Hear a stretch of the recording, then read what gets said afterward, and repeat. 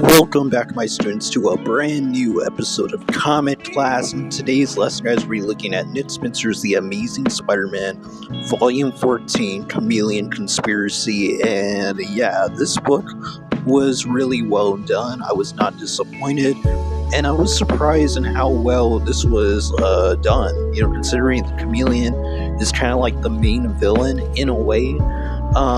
We'll get more into that when we're talking about the story, but yeah, I was not expecting a lot out of the story, so I was really surprised in how well I liked it. So without further ado, guys, this is going to be a pretty interesting story to talk about today, so without further ado, let's jump right into today's story. Let's go.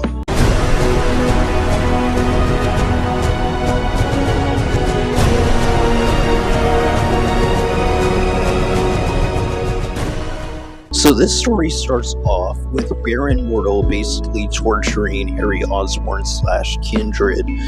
And yeah, it's a pretty brutal scene, and it seems like the Kingpin is not, holding back in the torture that he's letting Baron Mordo do on Harry. And Mordo basically explains that, the Kingpin was able to bring back his son back to life.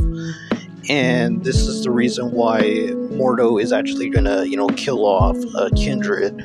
Now, before he can land, the killing blow and, finish the job, we just see that Norman Osborn hired the Spot to get Baron Mordo out of there, to get him off guard.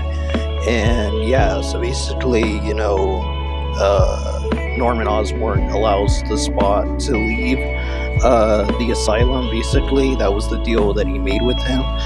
And he basically tells Harry that he's here and that, that he's here to save him, basically. And yeah, so it's like they're having their relationship kind of try to mend together.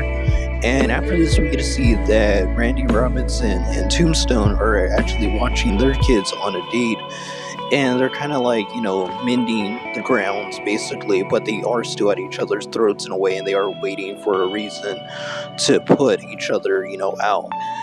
With Randy saying he'll put him in jail, and with Tombstone saying that he'll put him, in the ground, basically, like kill him and stuff. But they're kind of putting their stuff aside for their children's sake, and I thought that was really cool, and it's more development for these characters, which is a really good thing Nick Spencer has done with his series, his run on Spider-Man. Now we also get to see that Overdrive picks up Mary Jane and basically tells her that Carly Cooper, which was a character that was introduced, I believe it was volume 9. So it's been a couple of volumes since we've really seen her, and it turns out that she's been missing. So we did get to see that in volume 9 during the Sins Rising story arc, that Kindred had captured Carly. So it seems like Overdrive wants Mary Jane, because she's one of her friends, to find out and try to find where she's at and what exactly happened to Carly. So we jump into Kindred and Norman.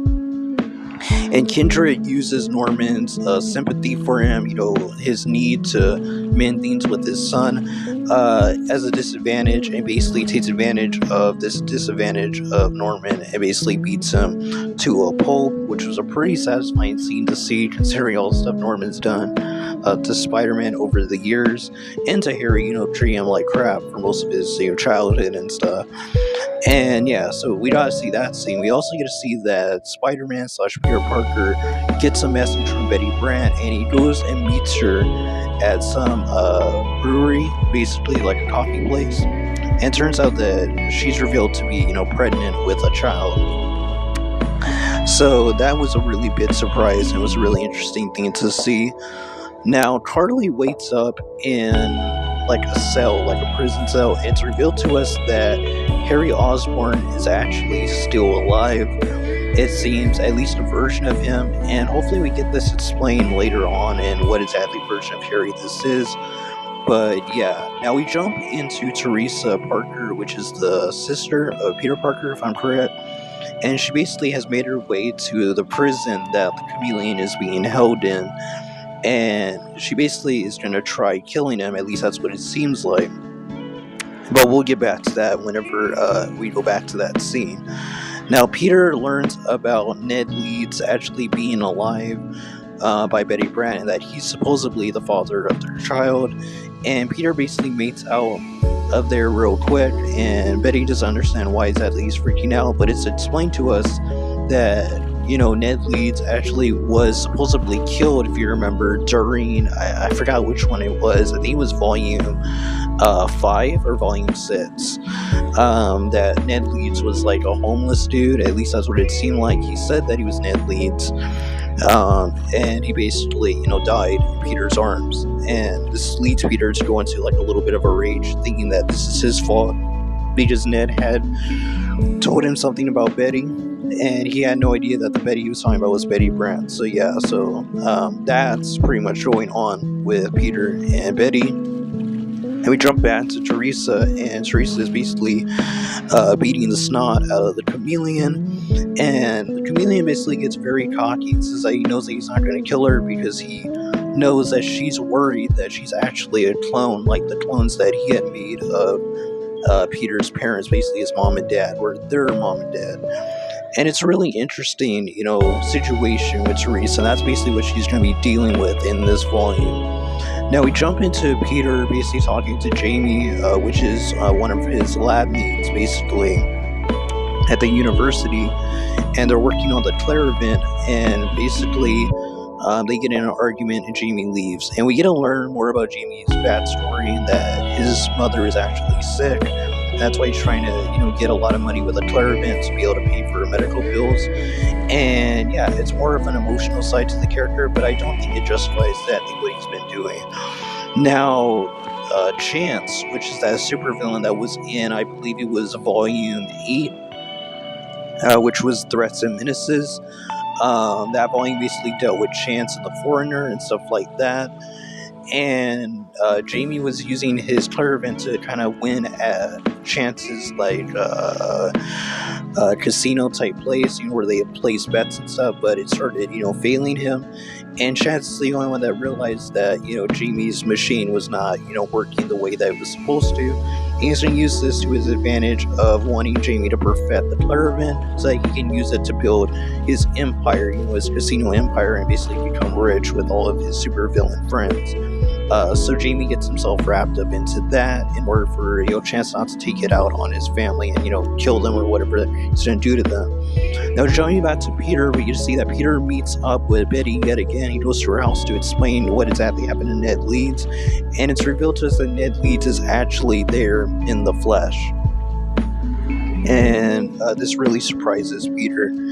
While that happens, Teresa gets surprised as well whenever Chameleon reveals that in another cell lies a person that killed, Peter Parker and Teresa's parents, basically, the Finisher. And yeah, I thought that was really cool. We got two big reveals at the same time for Peter and Teresa. Now, Teresa opens fire on the Finisher, but doesn't kill him, just wants to scare him a little bit. And this isn't the real Finisher. It's like a hologram that is here. And we get to learn that Dimitri, which is, I guess, Chameleon's real name, is the student or the protege of the Finisher. So everyone's really connected with, Spider-Man, Peter Parker, Teresa Parker, the Finisher, and the Chameleon. So I really like how it all connects. Now we get to learn more about Peter and Ned Leeds and Betty Brant and exactly everything that's going on. And Ned Leeds reveals to Peter exactly what happened with him and Betty and how, they kind of conceived in that, I guess, in a way. Not too much details, but enough.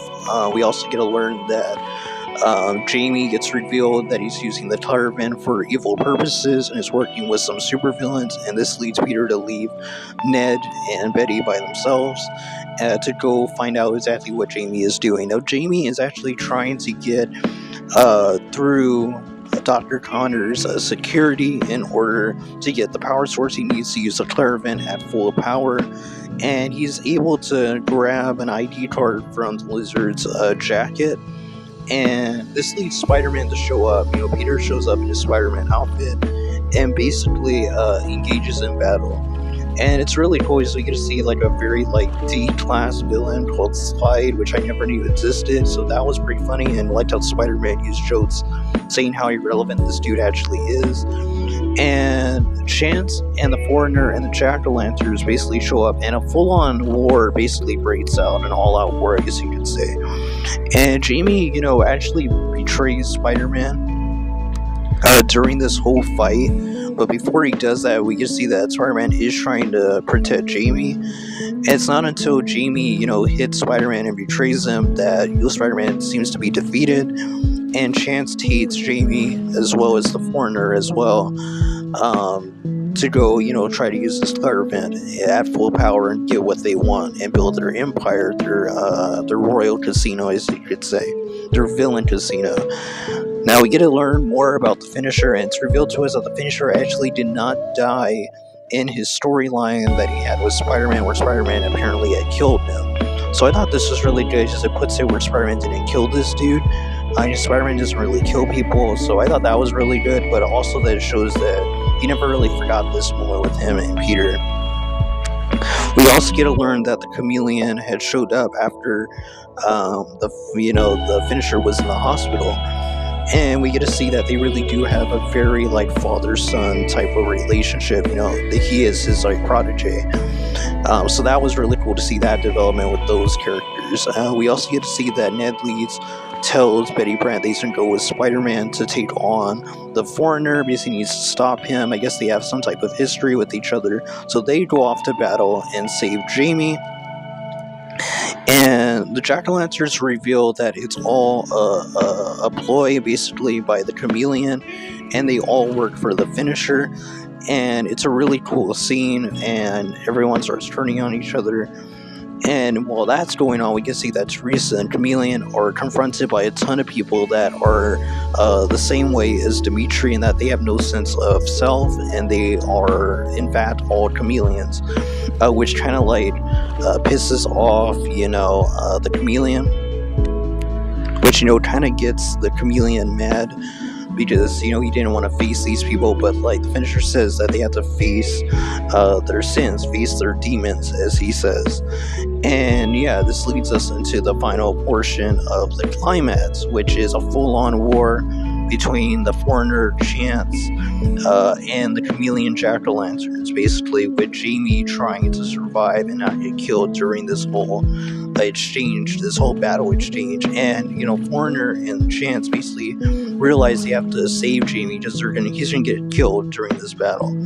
So while that battle is going on, we get to see that Teresa is learning about how these people actually lose their sense of self, and they become like the Chameleon, just a person that doesn't really have a face.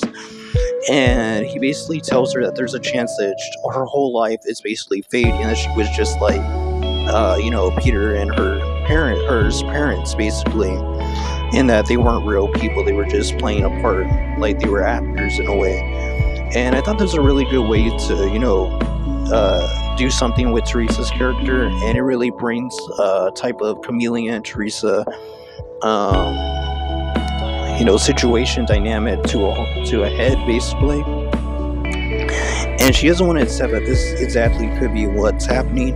And the Finisher basically tells her that he wants her to gain the Clarivant for him, to grab it and retrieve it, and that she'll be able to use it to get her answer.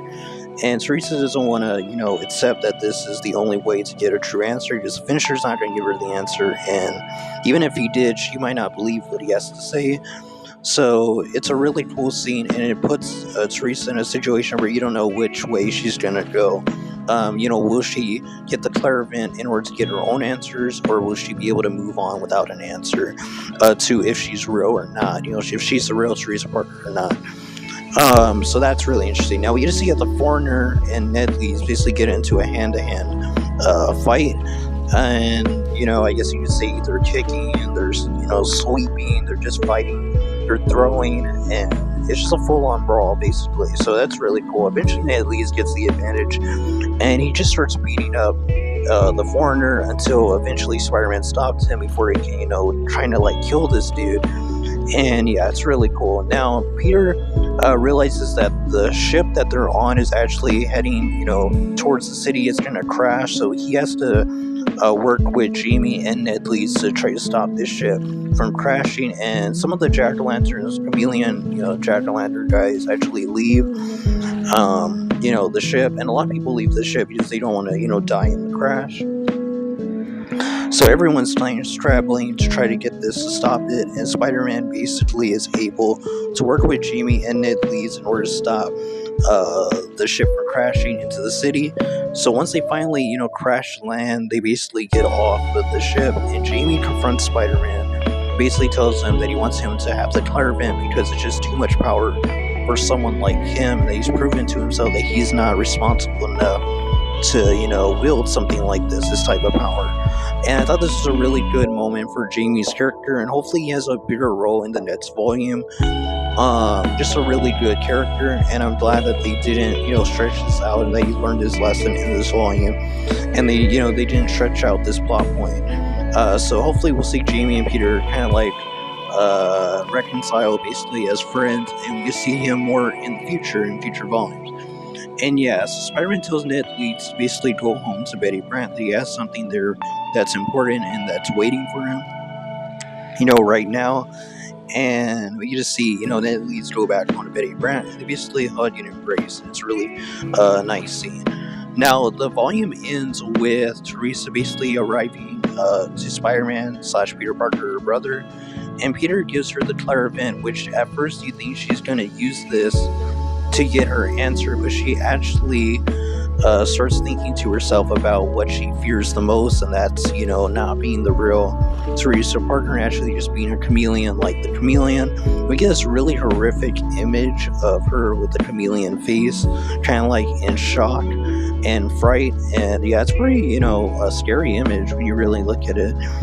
But she basically grabs the Clairvent as Spider-Man leaves, and after he leaves, she basically just crushes it and says that she doesn't care about learning about the truth, and that to her she is the real Teresa Parker, and she's the brother of Peter Parker, she's the daughter of Richard and Mary Parker, Spider-Man and her parents basically, and that she's gonna just continue to fight crime and be a good person, which I really did enjoy.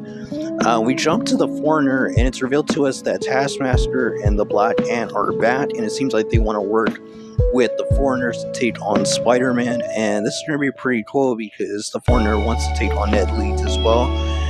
And yeah, the volume ends with the Chameleon back in prison, and well, I don't think he ever escaped prison. I think he was stayed in prison.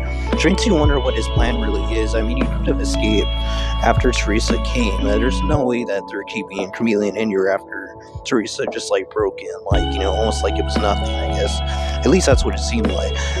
And yeah, he was basically confronted by Kindred. Kindred comes to visit the Chameleon, and he basically tells him that he knows his true face. And, Chameleon basically tells him that he doesn't need to do any threats, that he's a pleasure to do business with. And, the Chameleon basically says, "Easy, Osborn, we can make a deal. It's always a pleasure doing business again." And it's just an amazing moment, and that's how the volume ends. And yeah, that was Ned Spencer's The Amazing Spider-Man Volume 14, Chameleon Conspiracy. I really enjoyed the volume, guys. If I have any theories for what's going to happen next in the story, I do think Ned Leeds is going to be revealed to be a chameleon.